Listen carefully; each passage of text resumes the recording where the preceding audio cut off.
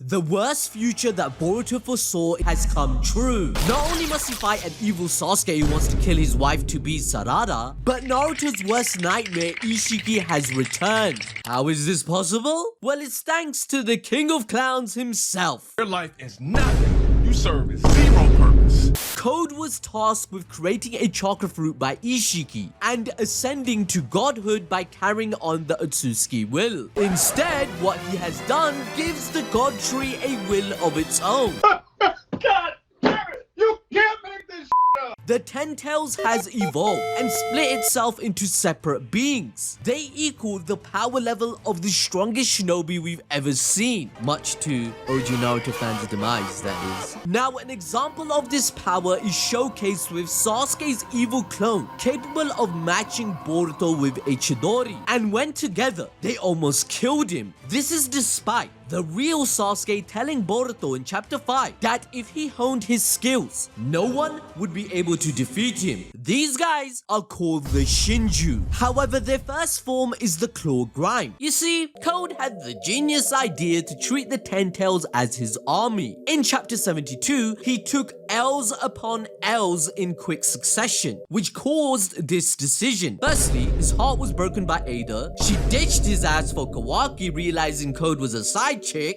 She went to Konoha, breaking their alliance, and Demon made his full power look like trash when he got bodied. Therefore, Code decided to divide the Ten Tails into thousands of smaller creatures using his claw marks. Like the Ten Tails, the Claw Grimes have an inherent instinct to consume others, searching for an Otsutsuki to turn them into mini god trees, as seen with oh my god, I have to say, with our boy Sasuke, man. I'm still not over it. They ask you how you are, and you just have to say that you're fine when you're not really fine. But since Code is an idiot and only viewed these monsters as his tools, he blindly looked away from what was happening behind the scenes. Their evolution. This is the future Boruto saw using Momoshiki's foresight ability. Everyone, including Naruto and Sasuke, will be dead against their uprising. In just a couple of years of their conception, they gained the Rinnegan and even their sentience, where they began to speak. But these Claw Grimes are just a stepping stone to a higher power. Those unlucky enough to be turned into a tree are then cloned. Using the chakra of the original body, a new entity called the Shinju is born, possessing the same skill set as the original. This is very similar to Kashin Koji, a scientific clone of Jiraiya, made by Amado, whom possesses the same jutsu, although at a higher level. He made the same mistake of trying to clone his daughter Delta. When he did this, she was a stranger to him, and nothing felt the same. Kishimoto is using Boruto's story to represent the advancement of technology and how, in the wrong hands, it can bring doom to humanity. In Shinju's eyes, Code's downfall was the pain he felt from losing Ishiki and then Ada, the people he loved. His sense of loneliness drove him into a corner of desperation, and the Ten Tails see that as weak.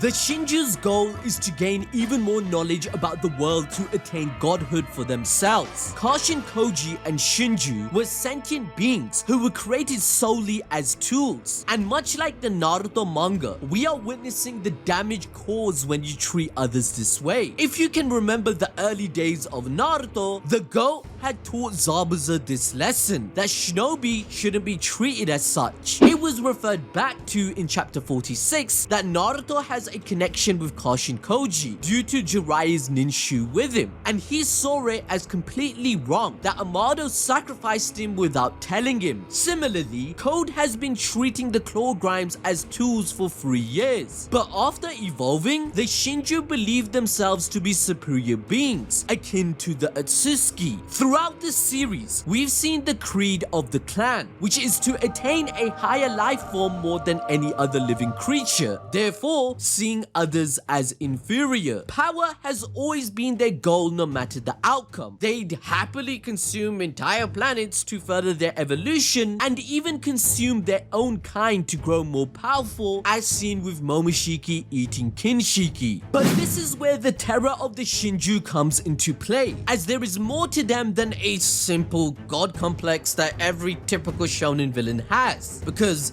these Shinju were born from humans. They understand the concepts of emotion and desire, along with everything that makes us human. They see morals as a creation of human rationalism and reasoning. From an objective lens, the Shinju believe they don't exist. Human morals are simply creations, just like they are. Without the human lens, nature dictates that the strong eat the weak. And this is literally what's going on. It's the food chain. The Shinju are the strong predators. Boruto, Naruto, Sasuke, and all the other fodder are weak prey. It's ironic, isn't it? Code brought them into the world as tools, and so they will respond by using humans as one. The Shinju even confirmed, by the way, that Code is a clown, declaring that. This ties back to the idea of AI, where humanity's creation could potentially destroy itself. At this point, we've been introduced to 4 Shinju clones. And for a like on the video, did you notice that Kishimoto, the creator of Naruto, metaphorically connected them to technology itself, as bug is named after software bugs found in computer programming.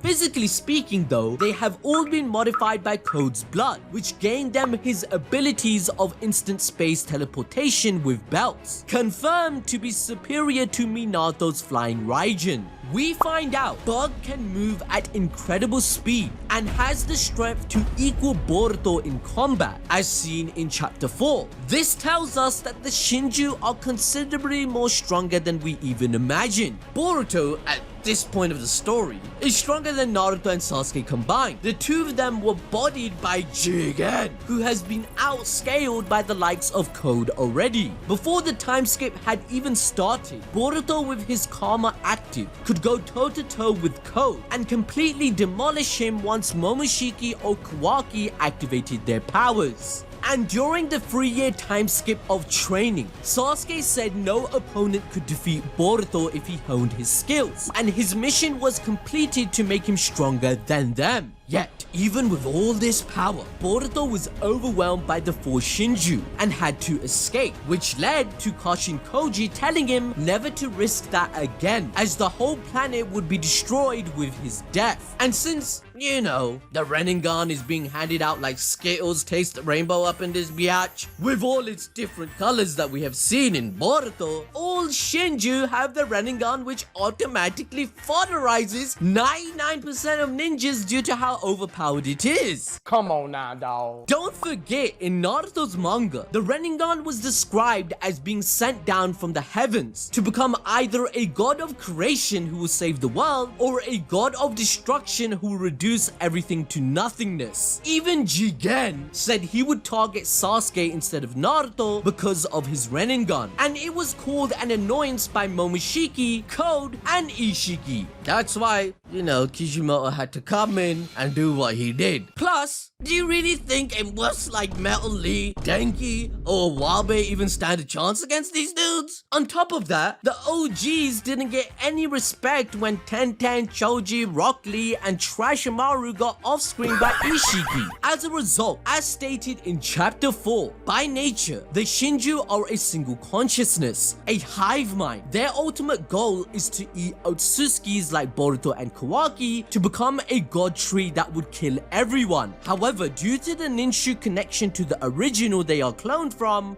their desires have evolved into something more personal to them. This is because the concept of Ninshu is foreign to the Otsutsuki, and these bonds have instead led to them fixating on someone from their memories of the previous lives who is important to them. Thus, the Shinju search their heart to find the thing that could hold them back and eat them. Bug's clone is fixated on Ada, as he cared for her when she was sealed away, and was also simping under her captivation spell. But then there's Matsuri, a clone of Muegi.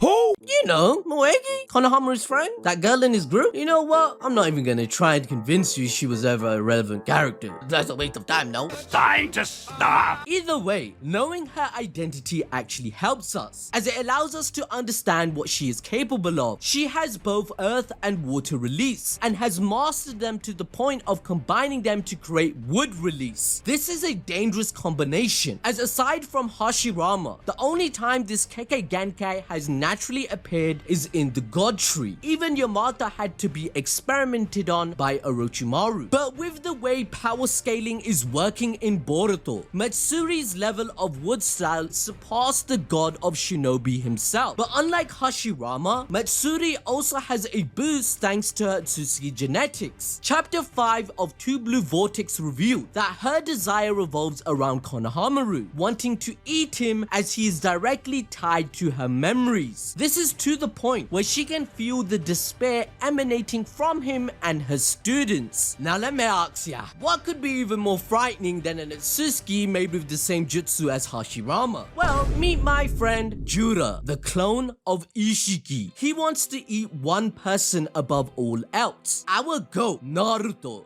You're joking. Not another one? Now, the reason why Jura would be so fixated on the #1 knuckle-headed ninja is because he is the only Shinju clone not born from a human. The others all pick their target based on an inherent feeling of love. But as we already mentioned, this is not a driving force of the Otsutsuki by nature. Rather, they function on a thirst for power. Naruto proved to Ishiki that he wasn't the peak of all strength. Here's a quick reminder of what Baryon mode did to his ass.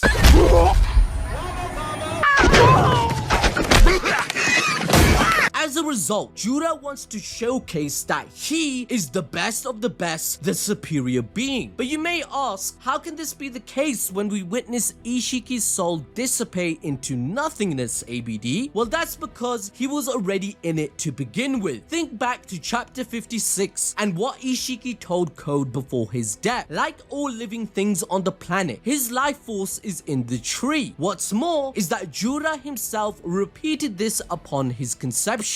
And him existing is proof of it, as the Ten Tails literally pooped his ass out, almost being a replica to the man. His stance, his demeanor, his freaking face looks identical to Ishiki. Flying is a natural ability for Otsutsuki, as Amada mentioned, which Jura does. And he has Ishiki's cubes as well. There's also the fact that he is the only Shinju clone with Tomoe symbols imprinted on his body, which is akin to Otsutsuki. As a result, Jura would be able to access the dimension that Naruto is trapped in, making him a sitting duck. Therefore, Jura now has the power of Ishiki as well as all the power of the Ten Tails on top of it, meaning that Jura could be the most powerful creature in existence right now. But the one Shinju that everyone is focused on is Haidara, the clone of Sasuke. I know, we're all crying that our boy has taken such an L, but this dude right here, Haidara, he looks cold as hell, we have to admit it. Now, first of all, Sasuke, technically, our dreams came true. He got his Rinnegan and armband. Yeah, totally. I'm not coping, you're coping. Shut your stupid. As we know, Sasuke was exceptionally skilled user of the Rinnegan, and knowing that the Shinju adopt their host skills and abilities, Haidara will be the most capable of all. We've already witnessed him use the Chidori, despite ninjutsu being a foreign concept to the Otsutsuki. There's also the fact that he can distort his arm much like a Zetsu into the shape of a sword, displaying Kenjutsu skills on the par with Sasuke's own student Boruto, who was stated to be a master at this point. Following the theme of hunting the one they love the most, chapter 5 reveals Haidara's instinct is to go after and eat his little peanut, Sarada. It's even sadder when you remember that Sasuke's last wish to Boruto was to protect her, leaving Sarada in his hands. Sasuke became a missing nin again just because of Sarada. He loves her so much that he risked everything, despite the power of omnipotence changing his memories and telling him that he's wrong to believe her at all times. So this is a perfect way for Sarada to prove she's worthy of Hokage, just as Sasuke supported. She mentioned how she wants to be useful to Boruto, but due to the power gap that had occurred, she could not do much to make anything a reality. Defeating an Otsutsuki level opponent in her own father would only prove she can become the strongest Uchiha to ever exist. Now, to enjoy more peak fiction, find out how Yuji is going to defeat Sukuna with his new power.